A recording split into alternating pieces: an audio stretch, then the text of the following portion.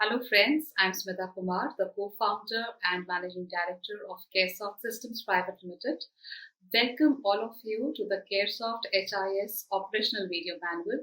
In this video series, we are trying to explain the features and functionalities that are present in CareSoft HIS to make your hospital automation more and more easier. For any support that's required, do call us at the number 7042437438 or mail us at support@caresoft.co.in. Thank you. कैसॉफ्ट HIS video operational manual में आपका स्वागत है। आज हम patient का discharge summary कैसे fill करते हैं वो देखने वाले हैं। पेशेंट का डिस्चार्ज समरी कब यूज़ होता है? जब पेशेंट डिस्चार्ज होने तक उसका जो भी सर्जरी मेडिसिन, जो भी दवाई, कौन से बेसिस पे उसको एडमिट किया था, क्या है वो सब चीज़ जब फिल करते हैं तो वो कहाँ पे फिल करना है। तो पहले सॉफ्टवेयर लॉगिन करना है। सॉफ्टवेयर लॉगिन करने के बाद मेन डैशबोर्ड है, मल्टीपल मॉड्यूल्स है, उसमें से आपको वार्ड मैनेजमेंट में डिस्चार्ज समरी में जाना है। डिस्चार्ज समरी में आने के बाद यहाँ पे अलग अलग तरीके patient information history, general examination, treatment summary, drug advice, investigation follow up, other additional and incident summary details हैं। फर्स्ट डिस्चार्ज समरी में जब आप आते हैं तो डिस्चार्ज समरी में तीन तरह के ऑप्शन है। डिस्चार्ज है जो पेशेंट डिस्चार्ज हो चुका है, वो है। सेकेंड ऑप्शन है कि पेशेंट इंसिडेंट, मतलब किसी का एक्सीडेंट हुआ है या किसी पेशेंट को अदर हॉस्पिटल में ट्रांसफ़र किया है। तो डिस्चार्ज का मैंने बताया कि जो important information is include and allows the receiving physician to more quickly identify how to respond to the patient hospitalisation.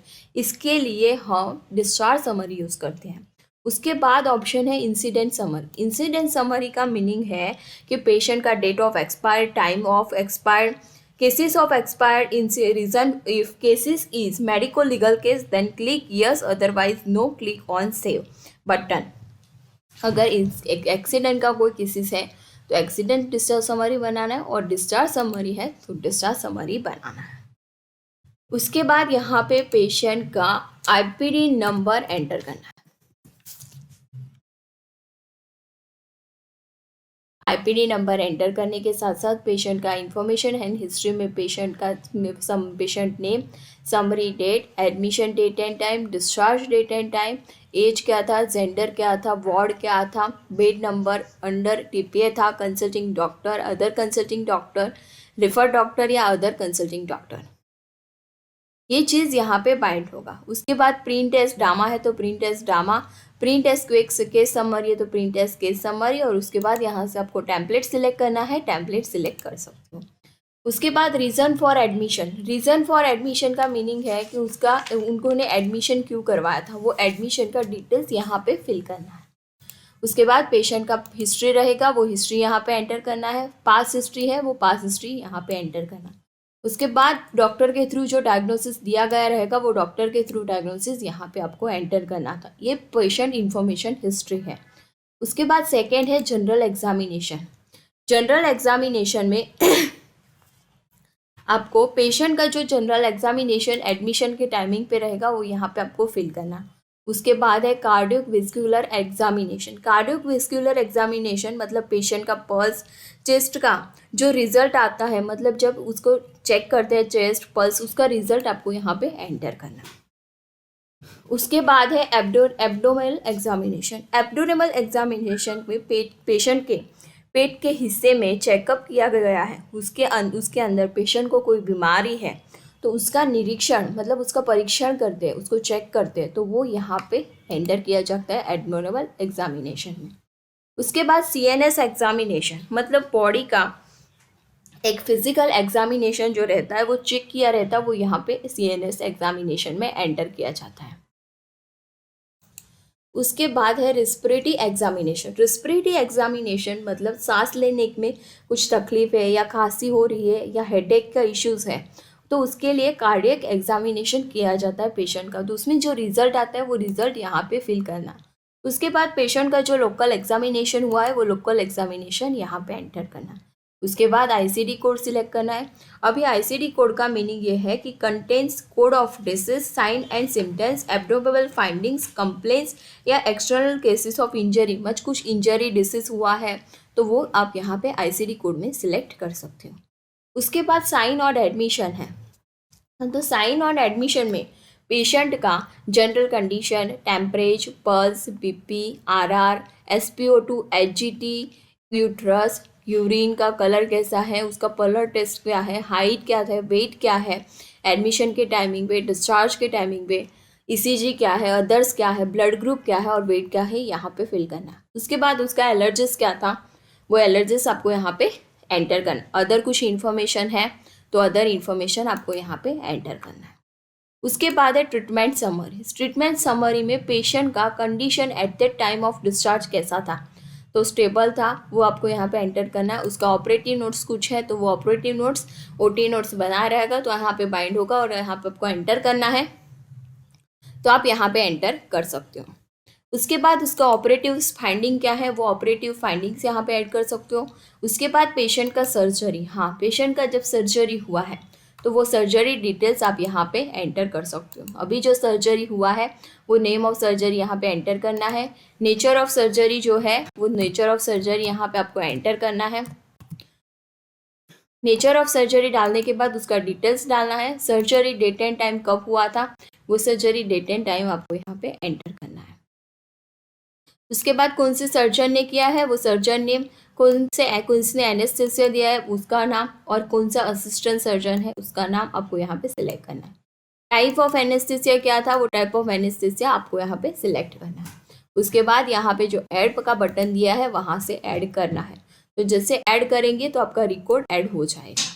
उसके बाद कोर्स ड्यूरिंग हॉस्पिटलाइजेशन में पेशेंट का क्या क्या चीज़ हुआ, वो यहाँ पे आपको treatment standard, blood investigation done, वो यहाँ पे फिल करना है। उसके बाद सलाइनमेंट मेडिकेशन, वो सलाइनमेंट मेडिकेशन आपको यहाँ पे फिल करना है।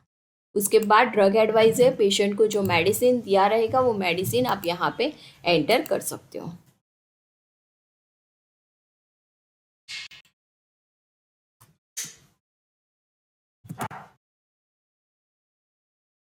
तो जितने भी ड्रग एडवाइस आपने पेशेंट को दिया रहेगा वो ड्रग एडवाइस आप यहाँ से सिलेक्ट कर सकते हो।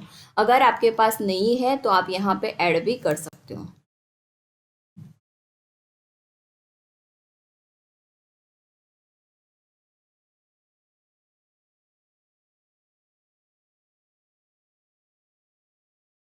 उसके बाद है इन्वेस्टिगेशन एंड फॉलोअप। इन्वेस्टिगेशन क्या क्या हुआ है वो यहाँ पे आप लिख सकते हो, ब्लड शुगर फास्टिंग, फिर यूरिन शुगर फास्टिंग। उसके बाद इन्वेस्टिगेशन का कुछ एडवाइस है तो वो इन्वेस्टिगेशन एडवाइस आप यहाँ पे एंटर कर सकते हो। कुछ फॉलोअप के लिए बोला है तो वो फॉलोअप आप यहाँ पे एंटर कर सकते हो। उसके बाद फॉलोअप डॉक्टर क्या था वो आप यहाँ पे शो कर सकते हो। फॉलोअप पीरियड कितना है वो आप यहाँ पे एंटर कर सकते हो, डेज, मंथ में। और उसके बाद इन्वेस्टिगेशन चार्ट है। इन्वेस्टिगेशन चार्ट में आपको उसका नॉट गुड क्या है, डेट, फाइंडिंग्स यहाँ पे आपको ऐड करना है। नेम ऑफ इन्वेस्टिगेशन का गेस, ब्लड टेस्ट है, वीकली चेकअप है, क्या है वो आप यहाँ पे एंटर कर सकते हो। उसके बाद इन्वेस्टिगेशन जो पैथोलॉजी रिपोर्ट हुआ है वो पैथोलॉजी रिपोर्ट का डेटा आपको यहाँ पे शो करेगा। उसके बाद है अदर इन्फॉर्मेशन। अदर इन्फॉर्मेशन में पेशेंट का डायबिटिक चार्ट है। पेशेंट का जो ब्लड शुगर है, मतलब नॉर्मल और डायबिटिक ब्लड शुगर का रेंज यहाँ पे आपको एंटर करना है डे वाइज। मतलब पेशेंट जब से जितने दिन तक आपके यहाँ पे एडमिट है उस हिसाब से पेशेंट का RBS, HGT, sugar, ketone, drip, balls, QHA and remarks क्या है वो आपको यहाँ पे एंटर करना है। उसके बाद पेशेंट का OBS हिस्ट्री और अदर इन्फॉर्मेशन 2, अदर इन्फॉर्मेशन 3 या अदर इन्फॉर्मेशन 4, ये डॉक्टर वाइज जो नर्सिंग डिपार्टमेंट या और RMO जो देखते हैं वो हिसाब से यहाँ पे आपको एंटर करना है। उसके बाद है एडिशनल नोट्स। एडिशनल नोट्स जब पेशेंट डिस्चार्ज होना है और लास्ट में उसका कंडीशन क्या है, तभी पेशेंट का pulse, BP, RR, SpO2, condition at the time, for symptoms, on duty RMO, follow up date क्या था, टाइमिंग क्या था, पेशेंट अटेंडेंट नेम क्या था, डिस्चार्ज एडवाइस क्या है, एडवाइस कोई था, डाइट कोई था, तो वो सब चीज़ आपको यहाँ पे फिल करना है। उसके बाद इंसिडेंट समरी डिटेल्स हैं।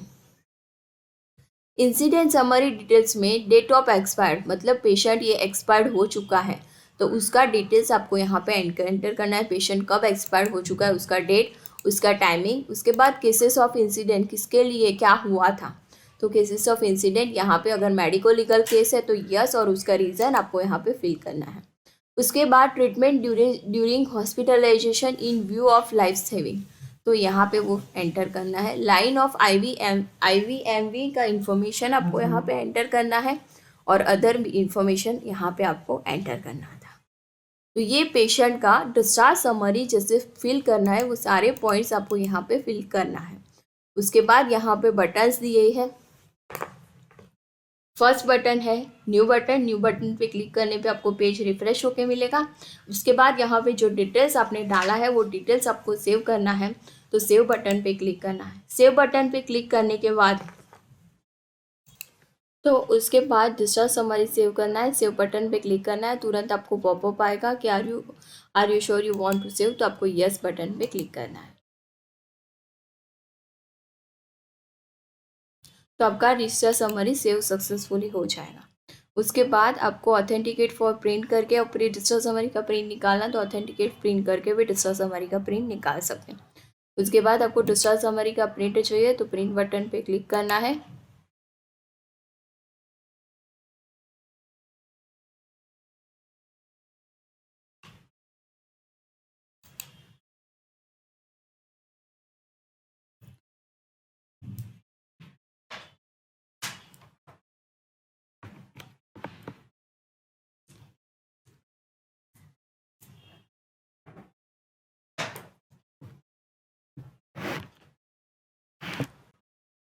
तो यहाँ पे डिस्चार्ज समरी का प्रिंट है।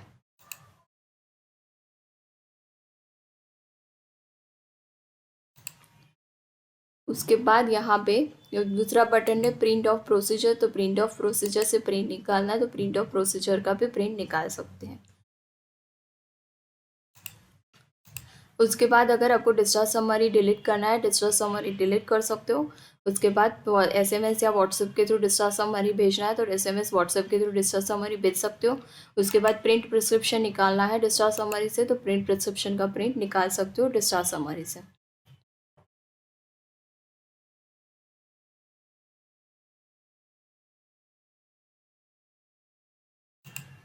ये प्रिंट प्रिस्क्रिप्शन का पेज है, प्रिंट है।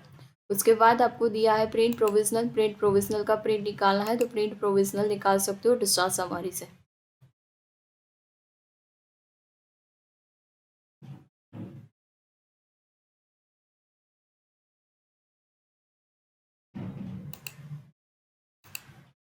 उसके बाद बटन दिया है प्रिंट डायबिटिक चार्ट का प्रिंट निकालना, तो प्रिंट डायबिटिक चार्ट का प्रिंट निकाल सकते हो। और उसके बाद लास्ट बटन दिया है एग्जिस्ट का, एग्जिस्ट बटन पे क्लिक करने पे आपको मेन डैशबोर्ड शो करेगा। तो ये था पेशेंट का डिस्चार्ज समरी। पेशेंट जब से एडमिट होगा, जब से डिस्चार्ज होगा, ये पूरा प्रोसेस क्या क्या कंडीशन था, क्या वो सब चीज़ आपको डिस्चार्ज समरी में आरएमओ डॉक्टर के थ्रू फिल किया जा सकता है। Thank you.